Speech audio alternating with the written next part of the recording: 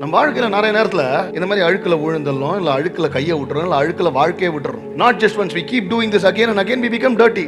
and இந்த கை அழுக்குள்ள போயிட்டு வந்தோம்னா நம்மள பாக்குறவங்கலாம் அவன் கையை பார்த்தியா எப்படி இருக்குது, அவன் வாழ்க்கையை பார்த்தியா எப்படி இருக்குது, ஊன்ட்டான் காலி அழுக்கு, இப்படியே நம்ம வாழ்க்கையில நம்ம ஃபெயிலியர்ஸ் எல்லாமே ஒரு ஸ்டெயின் ஆயிடுது. and people start labeling us. சரியா?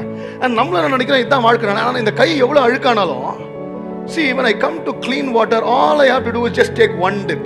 இந்த ஒரு டிப் என்ன பண்ணுது, இந்த நல்ல தண்ணி என் கையை பார்த்து அழுக்கான கையை பார்த்து கையை விடாதெல்லாம் சொல்றதுல, all I have to come to the living water and the clean water and just have one dip.